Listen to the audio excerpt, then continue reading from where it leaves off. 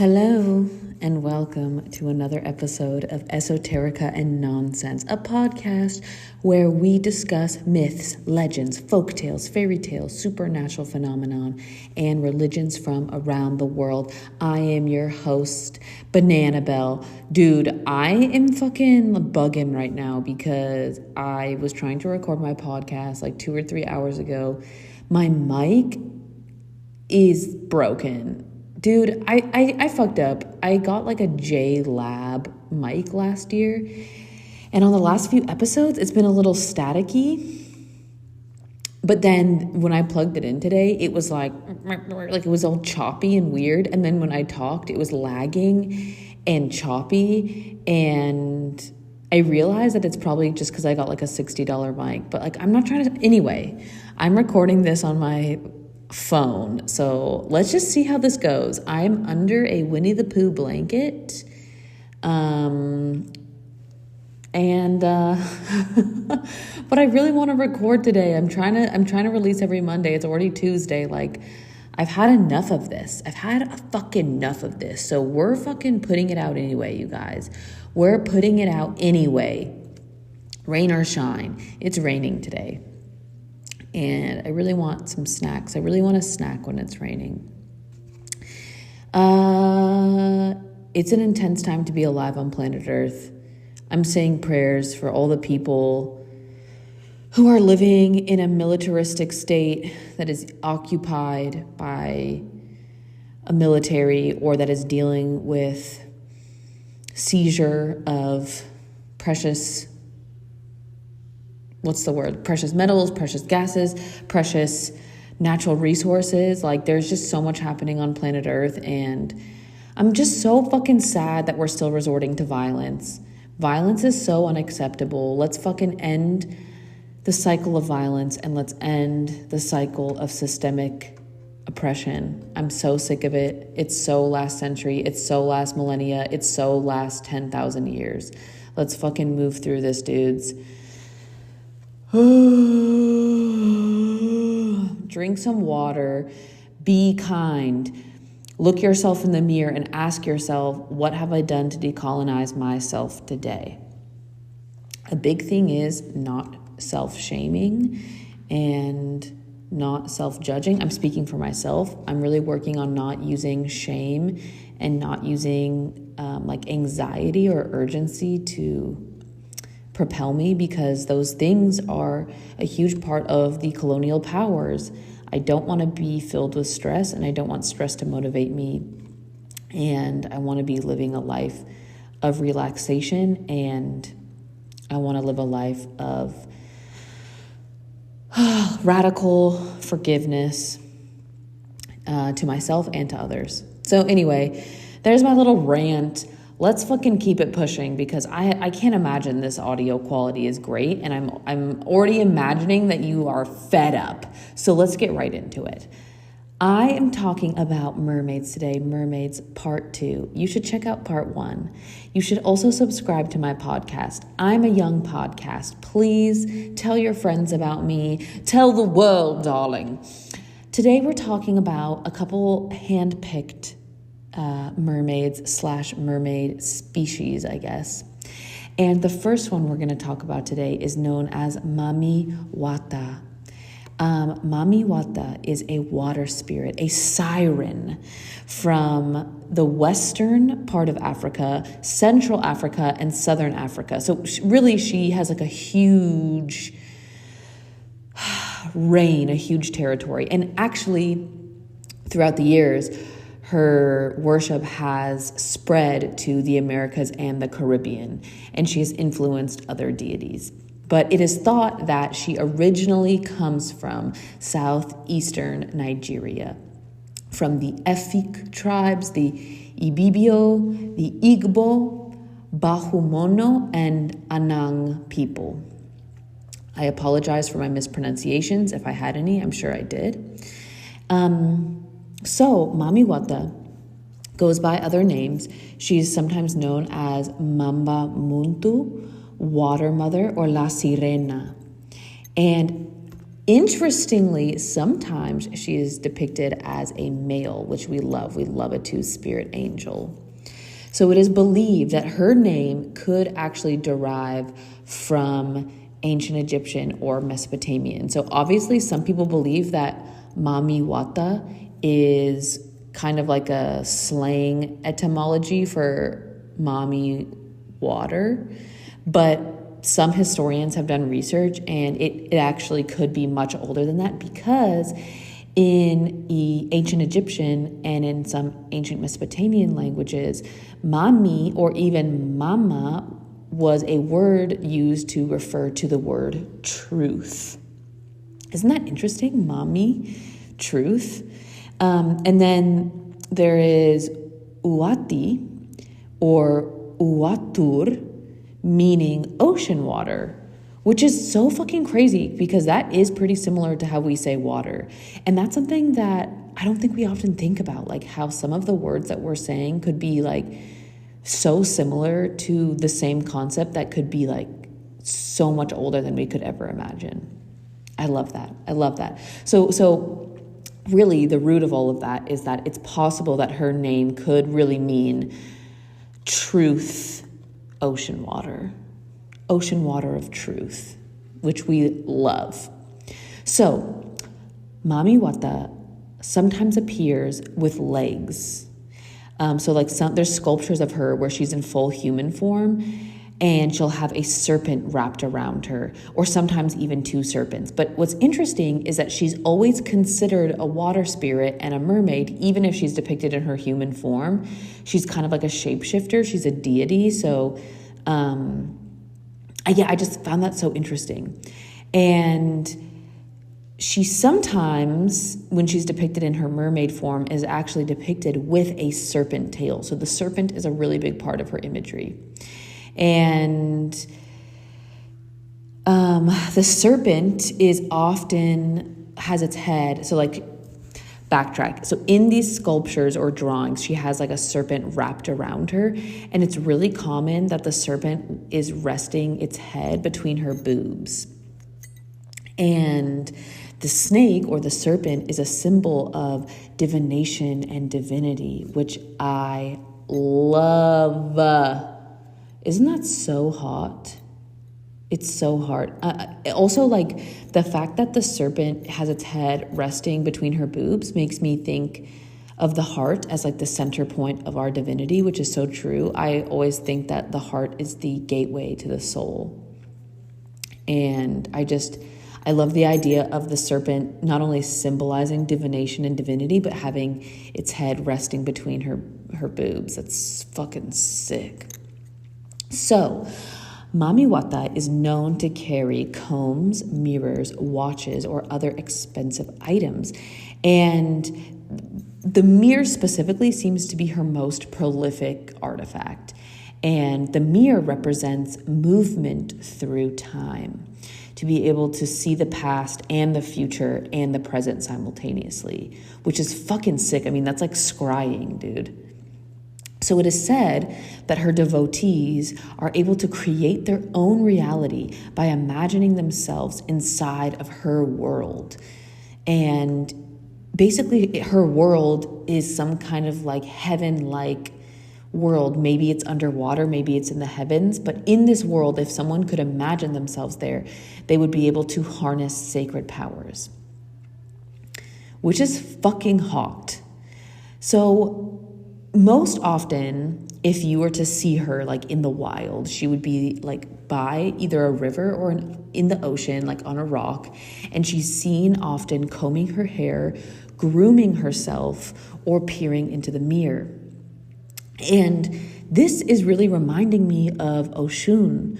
Oshun is an Orisha or an Orisa from Santeria, and basically like I'll do an episode on all of this someday, but Santeria is an amalgamation of African folklore from all parts of Africa that were brought to the Caribbean and the Americas through the transatlantic slave trade, obviously, and then through the mixture of cultures became its own thing. But Oshun, who is adored and a huge Orisha, a very famous one, she is the goddess of fresh water. And so her color is yellow, and the mirror is like her biggest totem. She always has a mirror, and she often wears like a beaded headdress like in front of her face, which symbolizes the waterfall. Oh, so beautiful. So anyway, I'm wondering if Orisha's mirror comes from Mami Wata. It's very possible. It's very, very possible. So I mentioned that most often that when people see Mami in the wild, that she is combing her hair and looking into her mirror. So usually people report that if she notices you watching her, she will flee and leave her treasures behind. And if the onlooker ends up taking her stuff, they will be haunted in dreams. And so she'll show up in their dreams and demand her things back. Funnily though, when I was like reading about this, they were saying like it's always men. Like men are the ones that steal her shit. And that checks out. Like, why would a woman steal another woman's mirror? That's kind of weird. But like men apparently, when they see her in the wild, will just steal her shit. And so she'll show up in their dreams and demand her stuff back. And if a man agrees to give her stuff back, she'll then give a second demand. And she will demand that they be sexually faithful to her. And if they agree to these terms, she will grant them riches and good fortune. But if they refuse these terms, they usually have a terrible life and ill luck, bad luck after bad luck, which is pretty crazy. I mean, honestly, I don't think personally I know a man that if like a goddess came in his dreams that he would be sexually faithful to her. Do you know what I mean? Like I feel like they would just be like, yeah, and like not do it. Sorry, guys. Specifically cis straight guys. But no, I mean, honestly though, cis guys in general, because I'm not even trying to judge, like the horniness is real. And like, I don't even know. I don't know. So I'm sure that men who have fallen into this trap really be regretting it, because this is brutal. This is brutal. Okay, so a big part of Mami's MO is that she's famous for abducting people. So she'll abduct people who are devotees, but sometimes she'll even abduct random people, and she'll take them into her secret world, which is what I was mentioning. It's known as a world of paradise, possibly underwater, but possibly like in another realm. And if she decides to let you leave the realm, people have reported that like people who come back from her realm come home with completely dry clothes and some kind of like spiritual awakening or spiritual connection visible in their twinkling eyes, like some kind of like renewed sense of self after visiting her. And the people who come back from her world will almost always grow wealthy, more attractive, and more easygoing after encountering her. So, hello, Mami, like I'm trying to be invited to this party. This sounds like the perfect retreat. I'm obsessed with her. I'm honestly considering becoming a devotee. I'm loving everything in this brand. We fucking love. So, to this day, there actually are many people who are initiated as worshipers of her. And there's even some priests and some mediums. But it seems that regardless of where you are as a devotee, like even like, so you could be like, dedicate your life to her or just kind of be a casual devotee. It seems that there's no like religious structure or even community structure. It really seems that people have a one-on-one relationship with her, which again, I'm loving, because the thing with human beings is like mob mentality is just so real. Like I noticed that when humans start doing anything in a group, it gets problematic so fast. So I just love that she's a deity that people have one-on-one relationships with. I think that's so beautiful. So specifically in Africa, A lot of people will wear colors for her. And that's also a really big thing in Santeria I was mentioning. Like a lot of the orishas will have a specific color. And so to invoke them or to honor them, you would wear that color. And so Mami specifically, her colors in Africa are red and white. Which are symbols of her duality, because red is the color of blood, destruction, heat. It's inherently male, it's powerful. Whereas white is actually a symbol also of death, but also of beauty, of creation, of feminine energy, new life, esoteric, religion, magic, water, wealth, translucence. Like, oh my God, I'm just loving this. Red and white. No, seriously, this is kind of crazy. I think I'm obsessed with her. So another really big part of worship for her is dancing, and worshipers are known to engage in intense dancing, quote unquote, for many hours, and to the point where people will end up in trance states. And I mean, this is just serving like super ancient stuff, because I've also read and heard that in ancient cultures such as ancient Egypt and even in ancient Mesopotamia, like dancing was a really big part of moving energy and smudging yourself, and like dancing for a really long time. And like music's really tied into that too. Like music is known to smudge the airwaves, to cleanse the airwaves, and dancing would be cleansing your body. So like this is all really checking out for me right now. So it is said that when you dance for hours for her and enter a trance-like state, that she will come and speak to you. Also, another big part of her worship is people will leave offerings for her, such as food, drinks, alcohol, fragrant objects, flowers, jewelry. And she's known to be able to heal people and cure people of ailments, and even or like give people sickness. So she's known to like make people sterile or to give them sickness. And what I found really interesting actually is that even though she's seen as this like fertility goddess, that women who choose to have children are actually separating themselves from her magic. So like, let's say you were a devotee and you had a child, because Mami Wata is not known to have children. And she basically like asks her devotees to be sexually faithful to her. By having a child, you're separating yourself from her legacy, as she is a childless woman, which I thought was so wild, but also kind of like progressive. I definitely think that if someone really wants to have kids, like that's fantastic, but I don't think I've ever heard of a deity that like makes you want to question, that asks you to have less sex and asks you to like not have kids. Like that's kind of wild.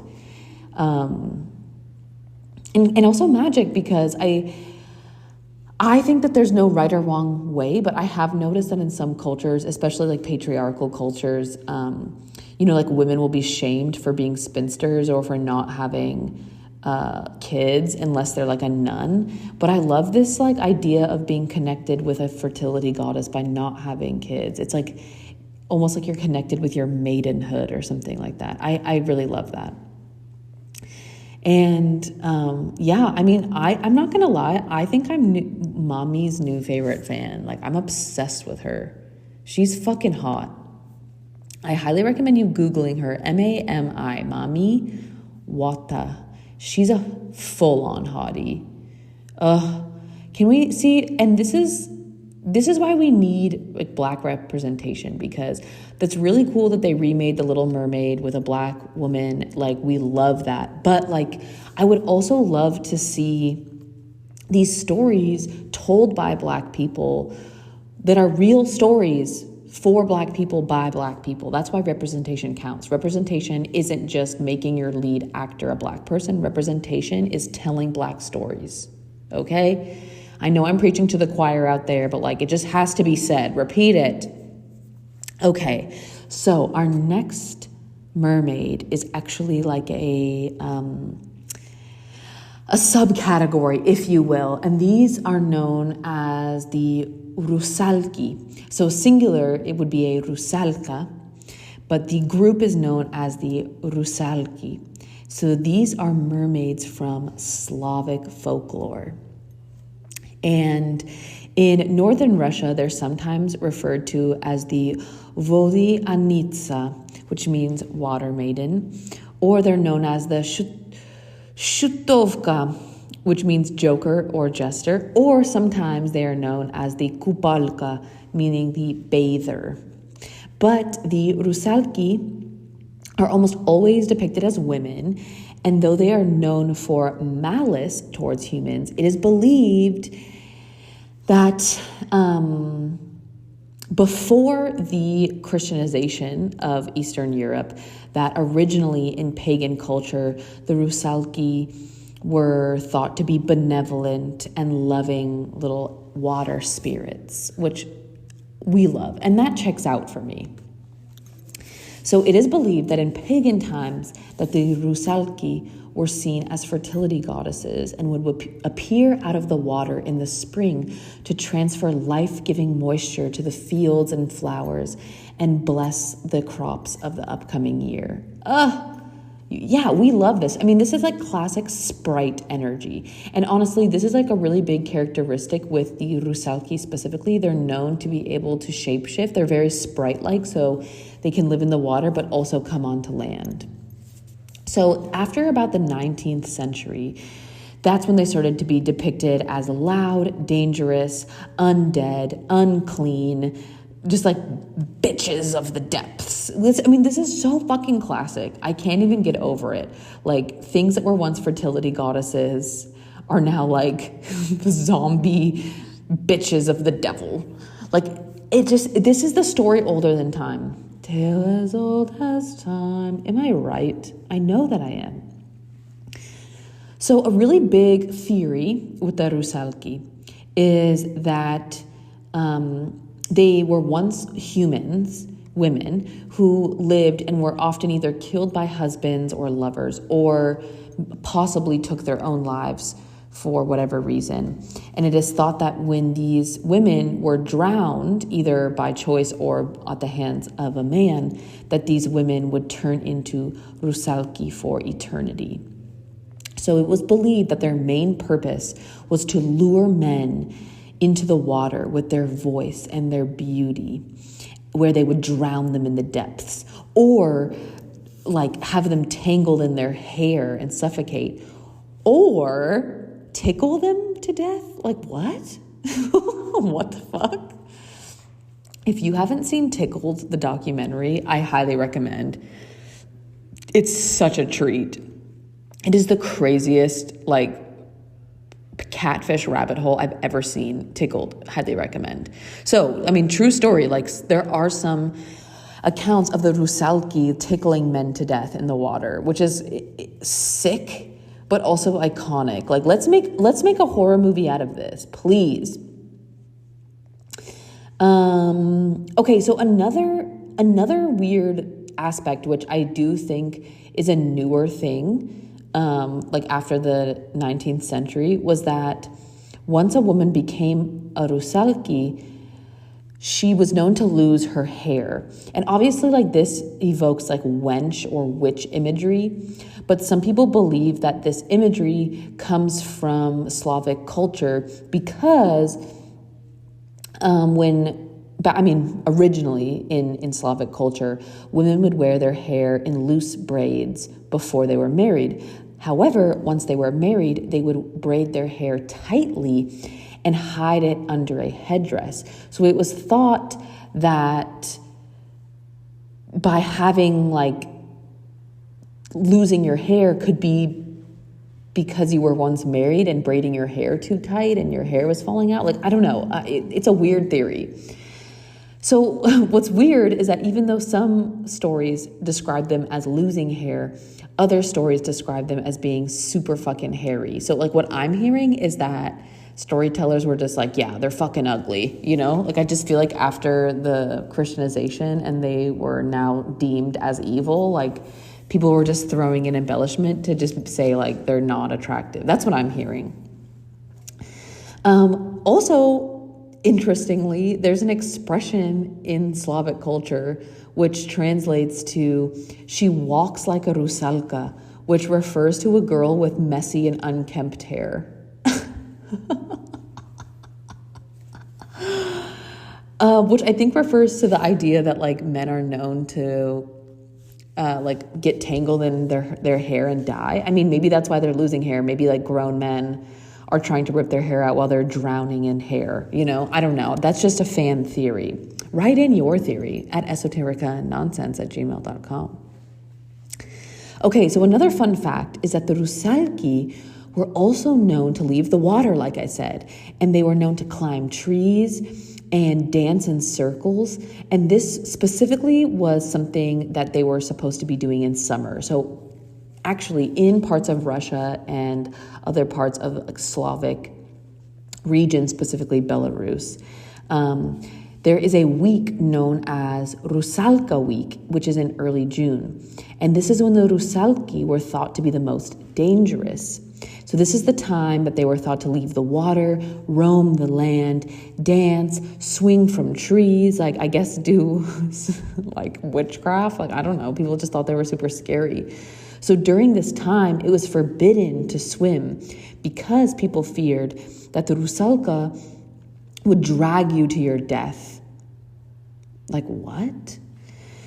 So at the end of this week, there would be a ceremony to close the week out where they would hold a ritual banishment, or they would have a burial of the Rusalki. I don't really know what that means. Like, I don't know what they would bury, but there would be some kind of ritual burial. And this ritual was actually practiced in Russia, Belarus, and Ukraine up until the 1930s. I mean, who's to say, like, maybe someone's grandma still does this. Like, I want to come to this party. Well, maybe not. I don't know if I want to go to, like, the banishment ritual. Like, they sound kind of cool to me. Like, am I the only one? I'm kind of on board. Like, I'm on Team Mermaid. I'm not going to lie. If I could move into the ocean, I would consider it. I really would. So some believe, so I mentioned earlier that the Rusalki, there's a theory that if like a woman was drowned by her husband, she would become a Rusalki. So there is a theory that if someone was to avenge the death of this woman, that her spirit could pass on and she like wouldn't be a Rusalki anymore. And there's actually one famous Rusalka that I want to talk about, and her name is Dana. I think with an American accent, we would say Dana, but I'm most positive that they would say Dana. So I'm going to say Dana.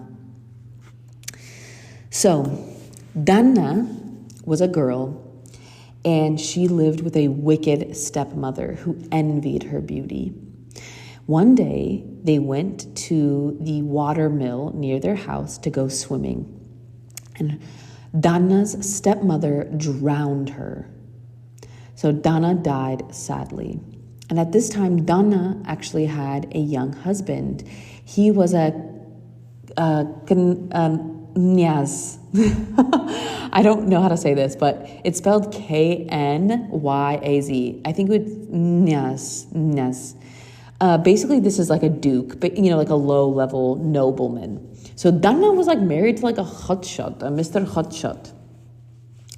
So this duke, this knyaz, was like in love with her. He loved Dana, and he longed for her, and he missed her, and he would visit the place of her death often. That's a sweet boy. Honestly, I stand this boy. So one day, her husband stayed late by the watermill. And as the moon came out and the night progressed, he noticed gorgeous women coming out of the water and jumping onto the mill wheels. And they were laughing and they were combing their long green hair with white combs. Like, are you kidding me? This is so hot. I'm just loving them. So he's looking at these women and he realizes that amongst them is Dana. And so he runs towards her, but this freaks all of the Rusalki out, so they jump back into the water. And so the Duke dives in after them and he gets entangled in their hair. Oh no, bro, don't die. So he gets entangled in her hair and they fall deep, deep underwater until they arrive at an underwater palace. What? At this point, the Duke passes out because he's underwater. And eventually, Danna wakes him up. And she tells him, you have to leave at once or else you're going to die. Like, bruh, you got to get the fuck out of here. And at this point, Danna smiles and she kisses him on the lips. And after this point, he has the ability to breathe underwater and he becomes the water king of this little river. Oh, how cute is that? See? We love the Rusalki. I mean, to me, I'm liking this. Also, I highly recommend looking up Rusalka or Rusalki because there's some artwork that is fucking stunning, like unbelievable about the Rusalki. Like so gorgeous. So good. Highly recommend. So now I want to talk about the Nixie. This is just a short little one, but I wanted to mention them. The Nixie are a Germanic/Scandinavian water spirit/water sprite. And they are, sorry, I thought I fucked up in my notes, but no. They're thought to be related to the Nucker. I really thought I miswrote that, but no, that's exactly what it is. So this entity is a like worm dragon leviathan. So it's thought that these Nixies are like related to them, but they're half human, half like worm dragon, which I thought was bizarre, but really interesting. And so their name derives from the Germanic root nikwas, which means to wash. And fun fact, the ancient root of this word actually comes from Sanskrit, which is nenetki, which also means to wash. So surprise, surprise. I mean, I know everyone from India is not surprised, but you would be so fucking surprised to know how much of the global languages lexicon derives from Sanskrit. It's fucking wild. Sanskrit's so cool. Sanskrit's so fucking cool. This is just like a side tangent, but Sanskrit allegedly is, and this is common for some of the very ancient languages, but Sanskrit was created by like sorcerers, or maybe a better way to put it would be like yogis, but basically like people that were meditating and connecting with the creator force. And so allegedly, Sanskrit was created as a vibrational reality language where each word, each frequency of each word matched the frequency of whatever it was referring to. Like, I don't even know, like, that's so fucking crazy. It's so wild. I want to learn Sanskrit. Anyone? Well, I guess I first have to learn Hindi, but if anyone is a Hindi tutor and wants to tutor me in Hindi, like, let's talk. Hello. Okay, so the Nixie are known to lure people into the water and drown them. I mean, like, this is just classic shit. You know what I mean? So in this Nixie category, there's also like male ones, like male little mermaids. And they're known as the shapeshifter. So they're known to be able to switch between human, fish, and snake form. And it's really the females that are known to have the human torso and the tails of fish. And they say that like the telltale sign that someone is actually a Nixie, but like in human form undercover, is that if they have like a wet hem of their clothes, which is so crazy because like I feel like in like Scandinavia and Germany or like any Germanic region, it's so like wet there that like anyone could have the hem of their clothes wet. That's like so wild. But the Nixie are known specifically to love music, love song, love dance. Like this seems to be a really big part of this like mermaid culture, like loving music and dance. And There's one famous Nixie who's particularly famous, and she's known as Lorelei. So I'm going to tell her story. So Lorelei was a young woman, but also, interestingly, there is a giant rock / like fjord on the edge of the Rhine River in Germany that is known as Lorelei Rock. And so there's a poem written about Lorelei, that she was a stunningly beautiful young woman and eventually was betrayed by her own lover and was accused of bewitching men and causing their deaths. Like, bleh, fuck this guy that you're dating. Like, what? He's a dick. So, like, her fucking boyfriend accuses her of bewitching men, which we all know what fucking happens, right? Actually, you don't, because the local bishop decides not to murder her, and instead he sends her to a nunnery, which is kind of surprising, right? Like, we were all expecting her to be burned at the stake, so, like, I can't even be mad. Like, that's for like the medieval era, like, I'm kind of impressed. So Lorelei is escorted by 3 knights, and on the way to this nunnery, they come across this giant rock on the Rhine known as Lorelei. So our young angel, Lorelei, asks the knights, she asks if she can climb this rock to look over her beloved river one last time before going to the nunnery. And so they're like, I guess. So she climbs the rock, and once she gets to the top, she believes that she sees her boyfriend in the water. And so she jumps off to save him, but of course he wasn't in the water, and she falls to her death. Again, like, heartbreaking, like, fuck your boyfriend, Lorelei. He sucks. Don't save his ass.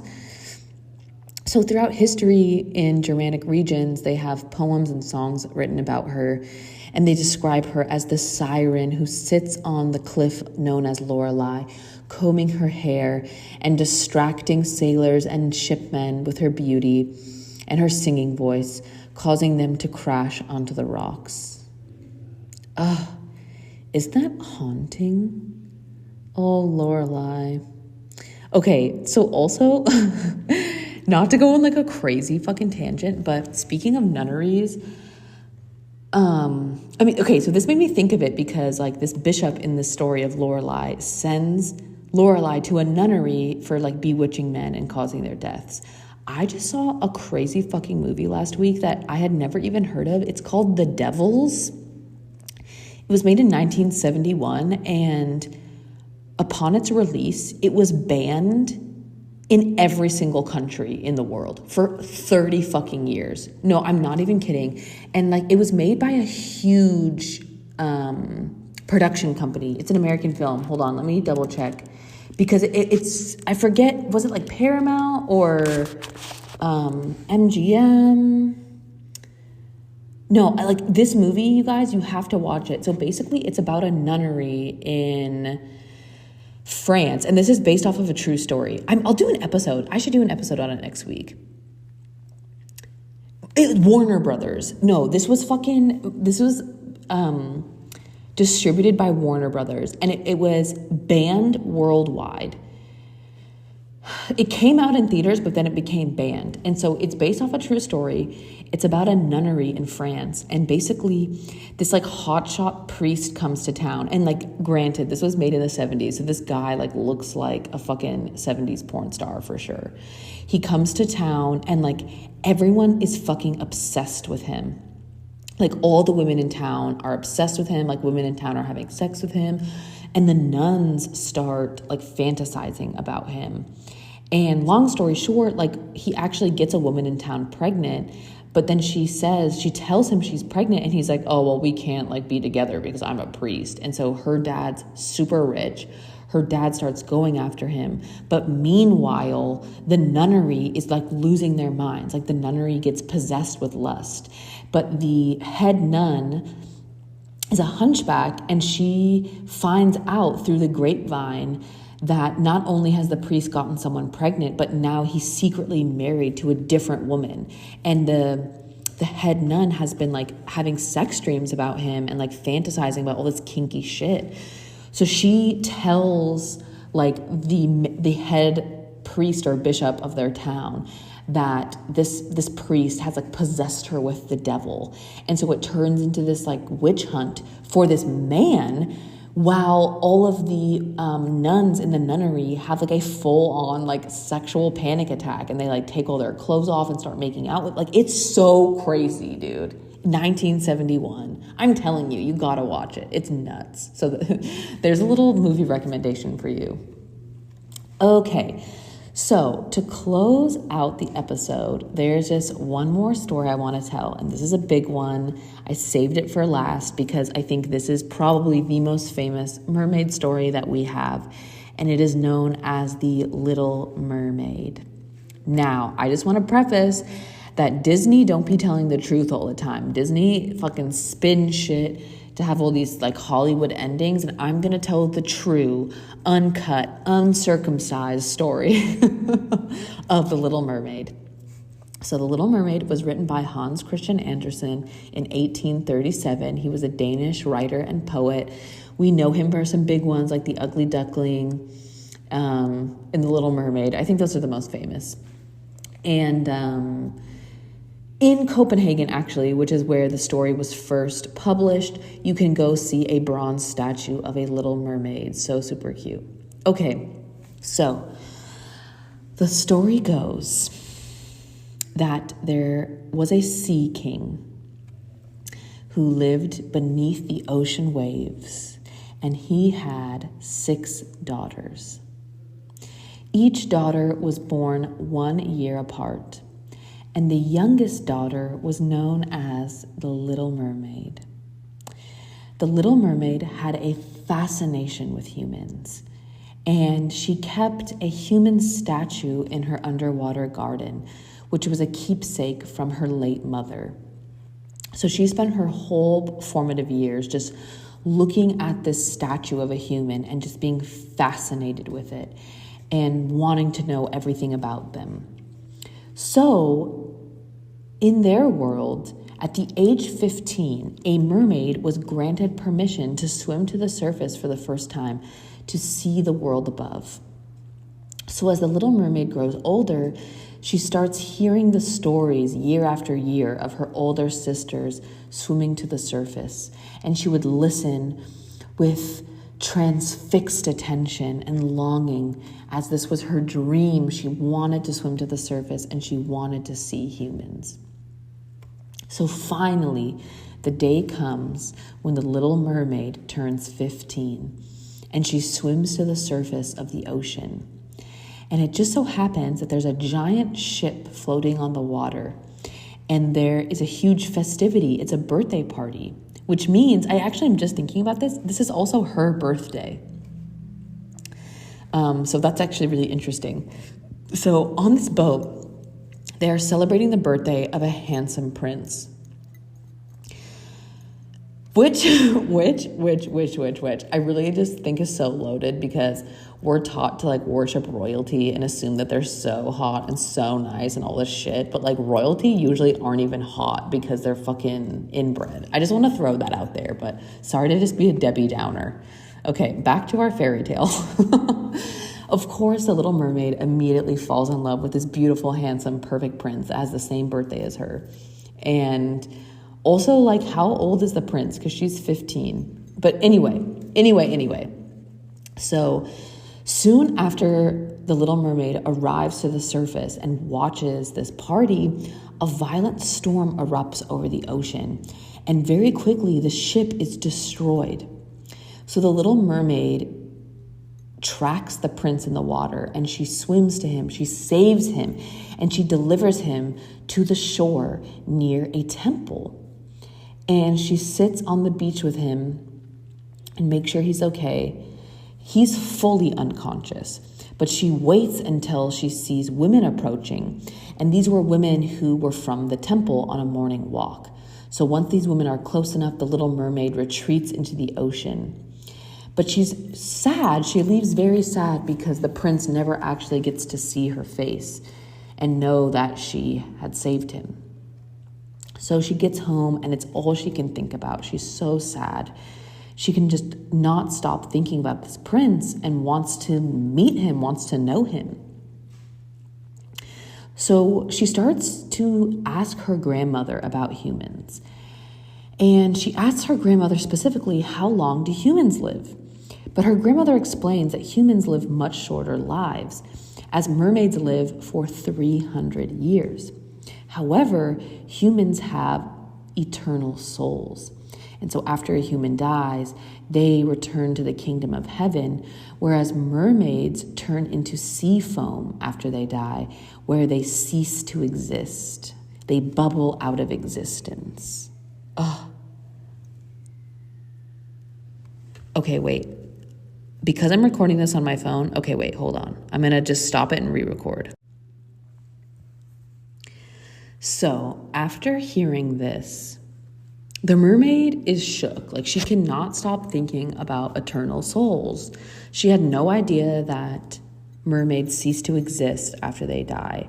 And she yearns for an eternal soul. She yearns to live with the prince and to marry the prince and eventually return to the kingdom of heaven as an eternal soul. This is like so layered with Christianity, dude. Just throwing that out there. Yeah, like I'm just smelling huge whiffs of Christianity in here.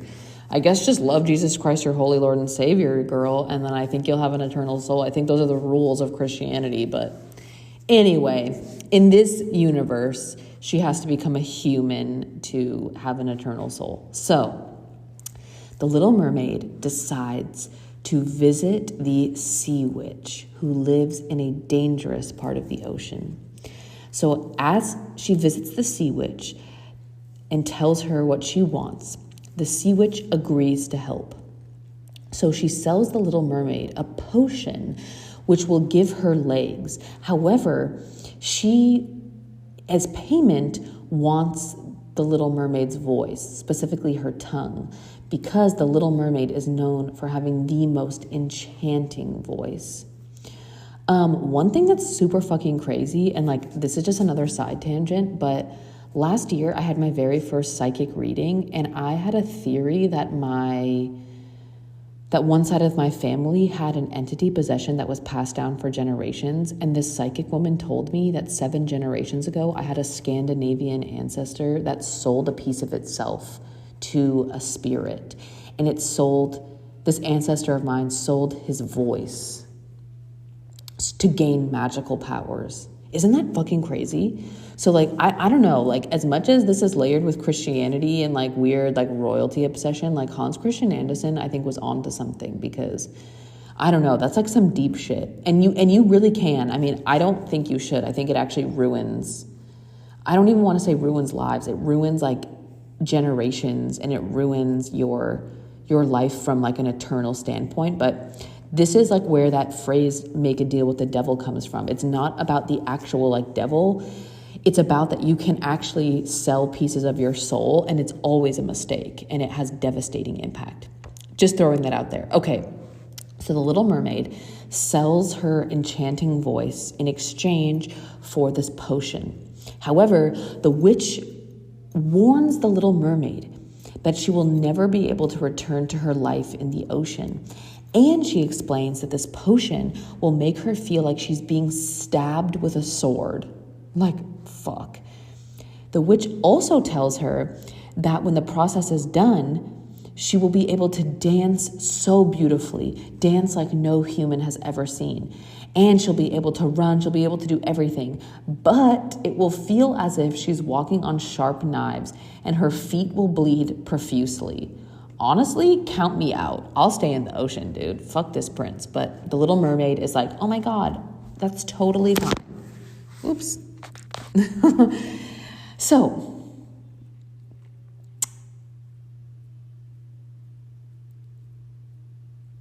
fuck, wait, what happened?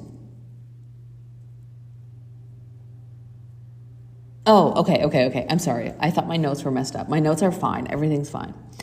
So the last thing that the witch tells Ariel, not Ariel, the Little Mermaid. See, Disney got to me. Ariel was not her name in the story. Her name is only the Little Mermaid, okay? So strike that from the record. The witch tells the Little Mermaid that if the prince marries someone else, that the Little Mermaid will die one day later of a broken heart, and she will turn to sea foam and cease to exist. So all of these conditions are bad. Like, these are bad conditions, and the stakes are way too high. You also don't even know if you actually want to marry the prince, Little Mermaid. You're 15. Like, this is a huge mistake. Don't marry the first guy that you think is hot. Like, this is, and they haven't even talked, okay? This is bad. So the Little Mermaid immediately is like, yes, sign me up. Like, I got this. So she agrees to these wild ass terms. She takes the potion, she swims to the surface, and she drinks the entire potion. And she quickly, immediately feels the pain of being stabbed by a sword through her whole body. And she passes out on the beach naked. So obviously she's looking hot, she's naked, damsel in distress, but she's fucking 15. And this grown-ass prince finds her passed out on the beach. And naturally, he's taken by her beauty, her enchanting nature. And even though she's mute, he doesn't care. He's kind of obsessed with her, and he especially loves when she dances for him. And he doesn't even realize that she dances for him while she's in excruciating pain and her feet are fucking bleeding. This is what it's like to be a woman. I swear. Oh my God, this is triggering. Okay, so they spend time together, and he begins to confide all of his deepest secrets with her because she's mute and obviously she can't tell anyone. But through all of this, they're spending all this time together. He really appreciates and really respects her, but he doesn't fall in love with her.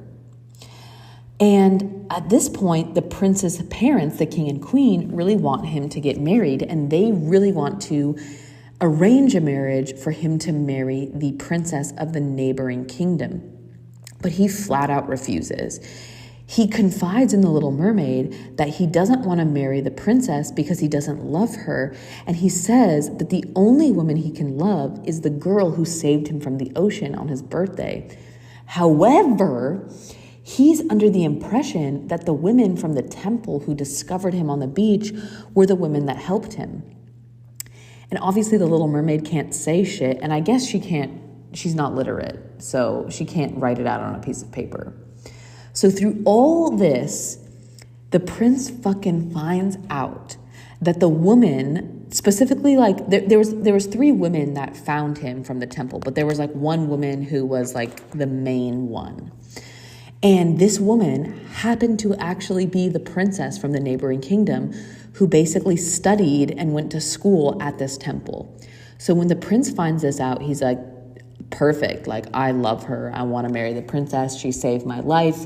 His parents are like, fuck yeah. The wedding is announced.